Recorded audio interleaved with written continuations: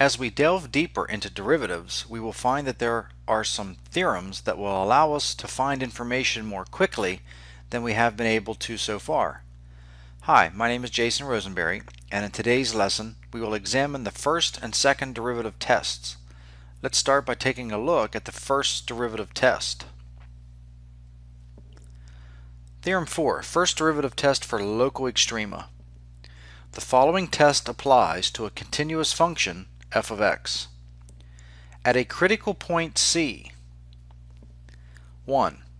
If the derivative of f changes sign from positive to negative at C, greater than 0 for x less than C, and less than 0 for x greater than C, then f has a local max value at C. 2. If f prime changes sign from negative to positive at C, less than 0 for x less than C, and greater than 0 for x greater than C, then f has a local minimum value at C. 3. If the derivative does not change sign at C, derivative has the same sign on both sides of C, then f has no extreme value at C. At a left endpoint A, if the derivative is negative for x greater than A, then f has a local maximum value at A. If the derivative is greater than 0, then f has a local minimum value at A.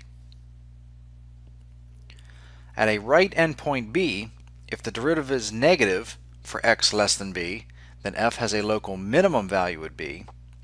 If the derivative is positive for x less than b, then f has a local maximum value at b. Let's try an example. Use the first derivative test to determine the local extreme values of the function and identify any absolute extrema. Support your answers graphically. Here we have y equals 2x to the fourth minus 4x squared plus 1. Let's start with finding the first derivative. So let's find y prime.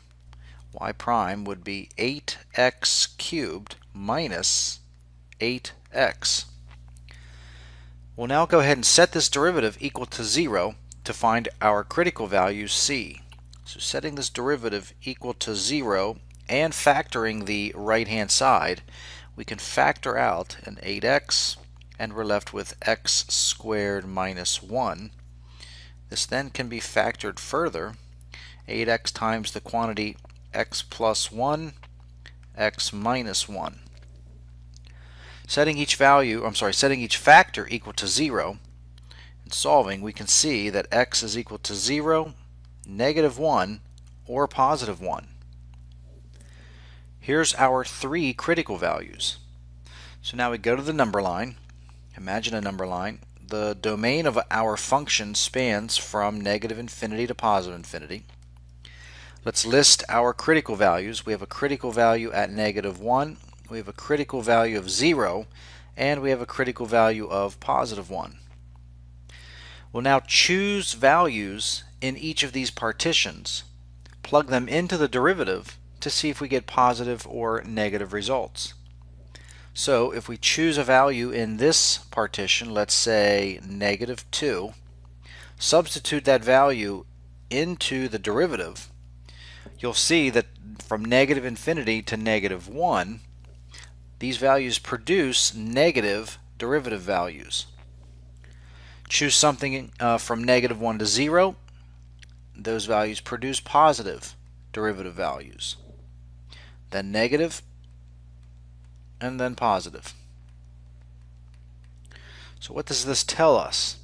Notice here, at negative 1, the function is decreasing, then increasing.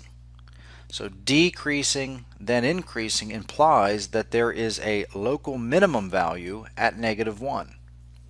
So we have a local minimum value at negative 1.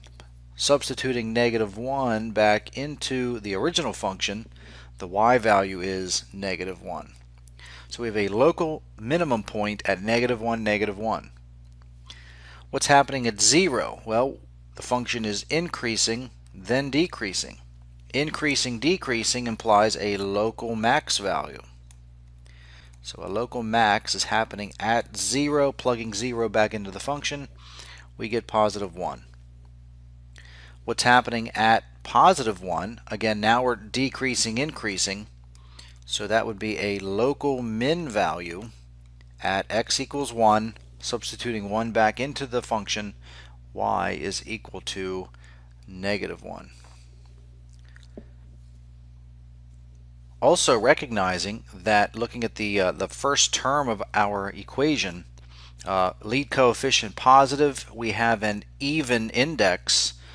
Knowing the end behavior of our graph, we can see that negative 1, a y value of negative 1, is also considered an absolute minimum value. Let's look at the graph, see if it supports our results. So as you can see here, we have negative 1 being the absolute minimum value. Also, we could say that this point and this point are our local minimum values. We have a local max value at 0, 1. Let's move on to concavity. Concavity. The graph of a differentiable function y equals f of x is A, concave up on an open interval I if y prime is increasing on I, or B, concave downward on an open interval I if y prime is decreasing on I. If y equals f of x has a second derivative, we can conclude that y prime increases if y double prime is positive and y prime decreases if y double prime is negative, which gives us a test for concavity. But just so we're clear on concavity, here's what's meant by concave upward, concave downward. If we have a graph that looks maybe something like this, notice that right about here we're changing. The graph is changing from a concave downward appearance to a concave upward appearance. So that's what's meant by concave upward, concave downward. This part of the graph would be considered concave downward, and this part of the graph would be considered concave upward. And later on in this lesson, you'll see that there's a special name given to this point where the graph is changing concavity. Let's first talk about the concavity test. Concavity test. The graph of a twice differentiable function y equals f of x is A, concave upward on any interval where the second derivative is positive, B, concave downward on any interval where the second derivative is negative. The points on a curve where the concavity changes, as I just mentioned earlier, are called points of inflection. Definition: points of inflection. A point where the graph of a function has a tangent line and where the concavity changes is a point of inflection. Now we need to try an example. Use the concavity test to determine intervals on which the graph of the function is A, concave up, and B, concave down. Here we have y equals 2x to the 1/5 power plus 3. We have our equation y equals 2x to the 1/5 power plus 3. We will now calculate the first derivative, y prime equals 2/5 x to the negative 4/5 power. The second derivative, y double prime, will equal negative 8 over 25 x to the negative 9/5 power. The second derivative can be rewritten as negative 8 over 25x to the positive 9/5 power. We now wish to find the values of x that cause the second derivative to either equal 0 or be undefined. x equaling 0 causes denominator to equal 0, so there's a possible inflection point at x equals 0. 0 is in the domain of our equation.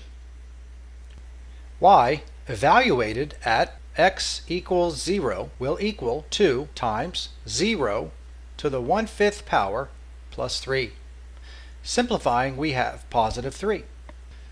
Next, we will construct a number line spanning the domain of y, which will be from negative infinity to positive infinity, and we will also mark off at x equals 0.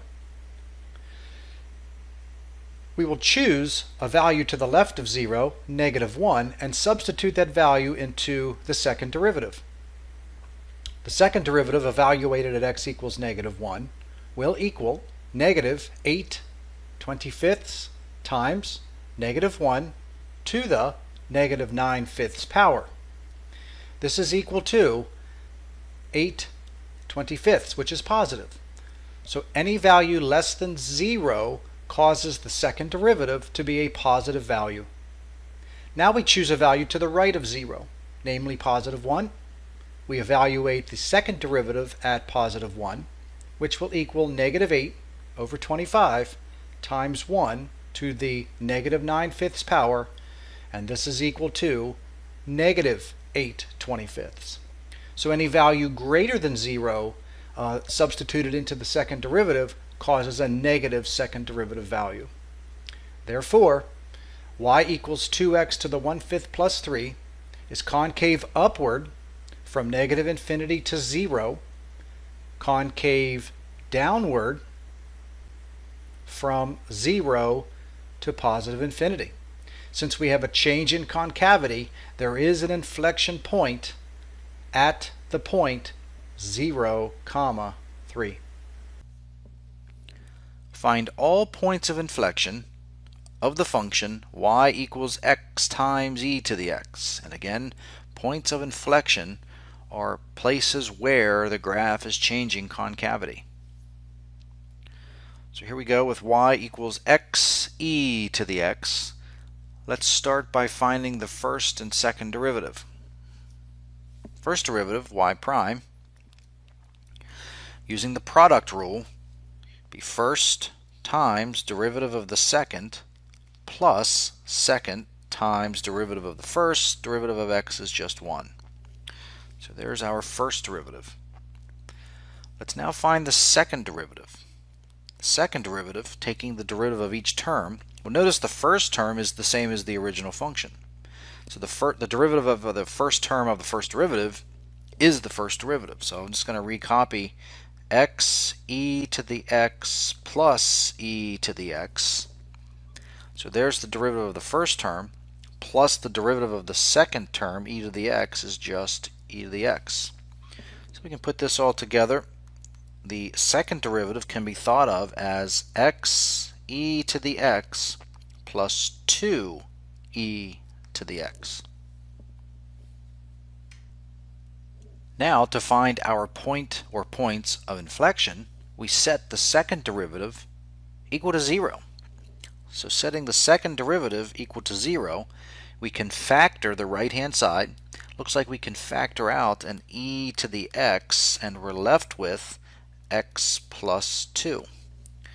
Setting each factor equal to 0 and solving, the first factor, e to the x, when we set e to the x equal to 0, there are no real values of x that can make e to the x equal 0. So we need not worry about that factor. Now we set x plus 2 equal to 0, and that implies that x is equal to negative 2. So negative 2 is the x coordinate of our point of inflection. So we will substitute negative 2 back into the original equation, which produces a y value of negative 2 e to the negative 2. So the point of inflection would be negative 2 comma negative 2 e to the negative 2. Let's move on to the second derivative test for loco extrema. Theorem 5, second derivative test for local extrema. If the first derivative at c is 0 and the second derivative at c is negative, then f has a local maximum at x equals c.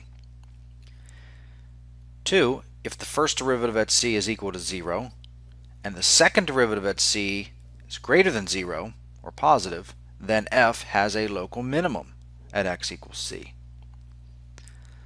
Let's try an example.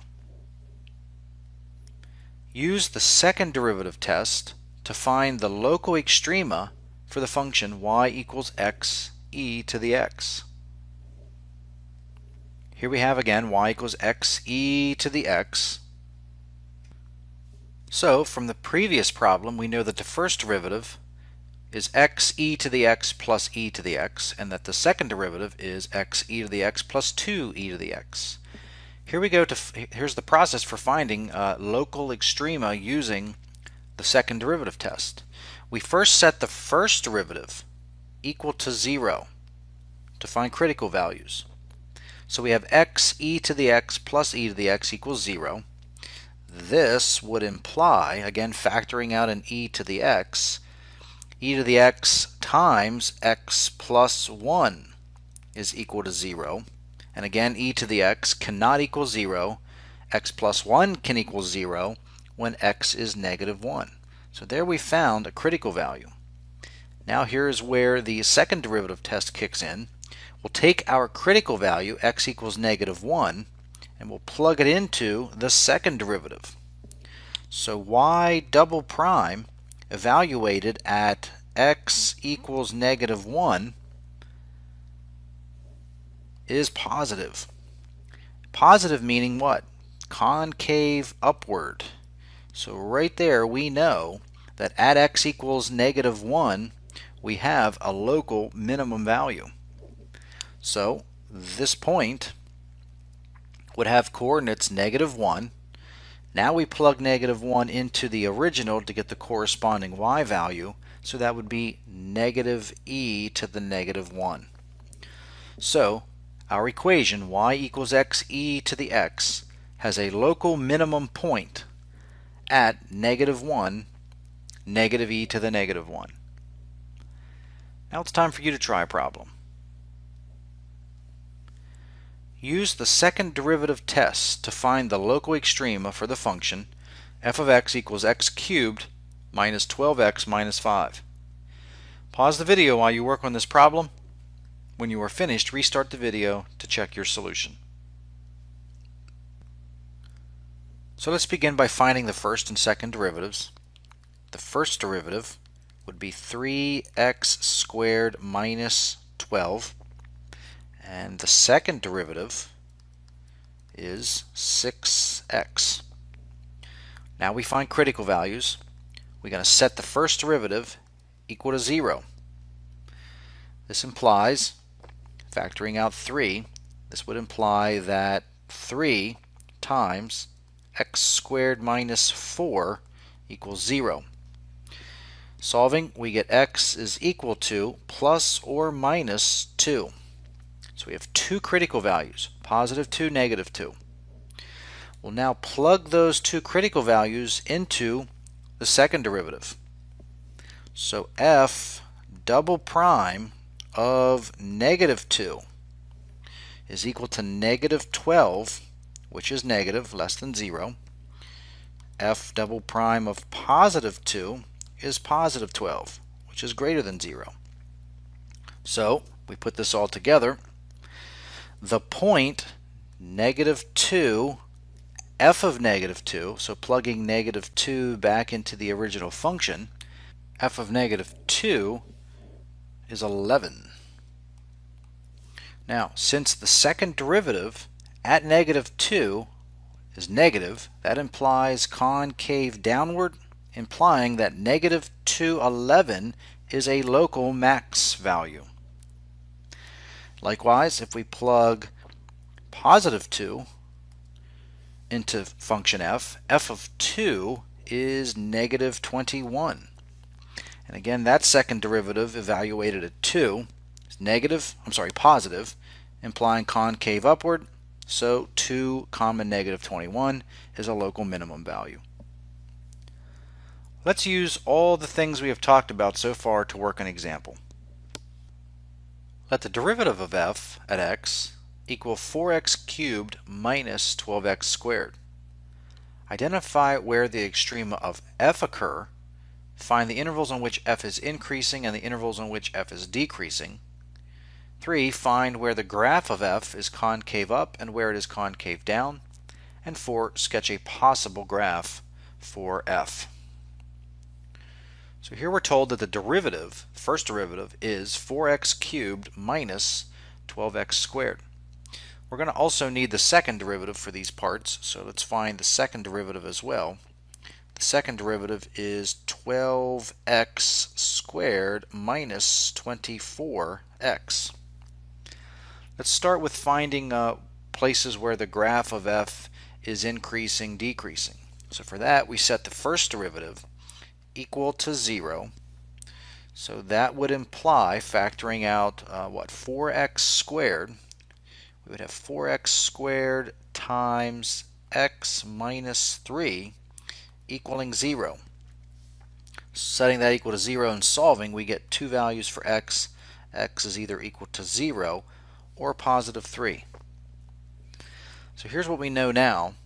The domain of f being all real numbers from negative infinity to positive infinity. Places where first derivative equals 0 are at 0 and at 3.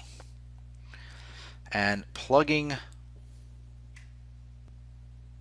values from each partition into the function, the derivative, we can determine where the function f is increasing or decreasing. So if we choose anything from 0 to negative infinity, like negative 1, you'll find that the first derivative gives us negative values.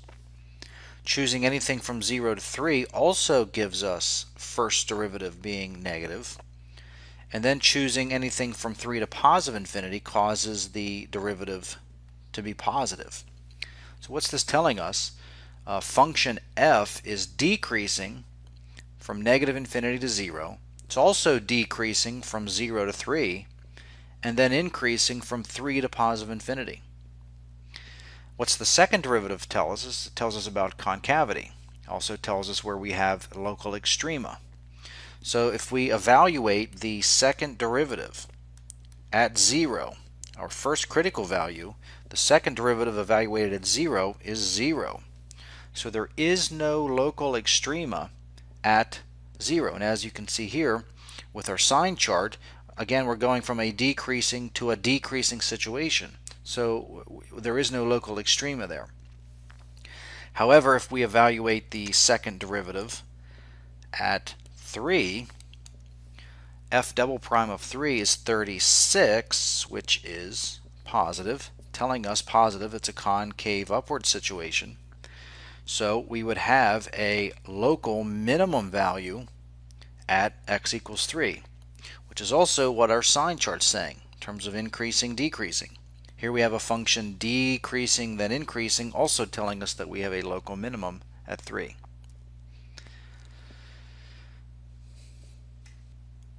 Let's now investigate concavity. So now we'll set the second derivative equal to 0 and solve. So 0 equals 12x squared minus 24x. So solving this by factoring, we can factor out 12x left with an x minus 2. Setting each factor equal to 0, we get x is equal to 0 or positive 2. So again, we want to decide where is the graph concave upward, where is the graph concave downward. So looking at a sign chart again from negative infinity to positive infinity, stopping at 0, stopping at 2. We'll choose some partition values and plug those values into the second derivative to determine concave upward, concave downward. So if we choose any value between negative infinity and 0, the second derivative ends up being positive, implying concave upward from negative infinity to 0. Choose a value from 0 to 2, like 1. Second derivative values are negative, implying concave downward. Choosing any value greater than 2, you'll see that we're concave upward again. So putting this all together, we can sketch now a possibility for the graph of f. Here is a possibility. Notice that we have this local min value at x equals 3. Here we have at x equals 0 and x equals 2 was where our critical values were. So x equals 0 was an inflection point. X equals 2 was an inflection point.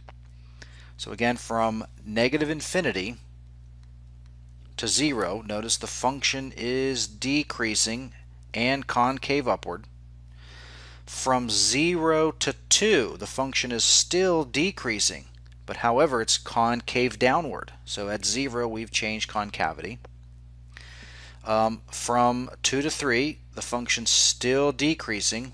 However, it's starting to change concavity again. So at 2, we have a point of inflection, and the graph is now concave upward from 2 to positive infinity. But at 3, we're changing from decreasing to increasing, implying that at x equals 3, we have a local minimum value. In this lesson, we explored the first and second derivative tests. Be sure to work the exercise that your teacher assigns, and we'll see you next time.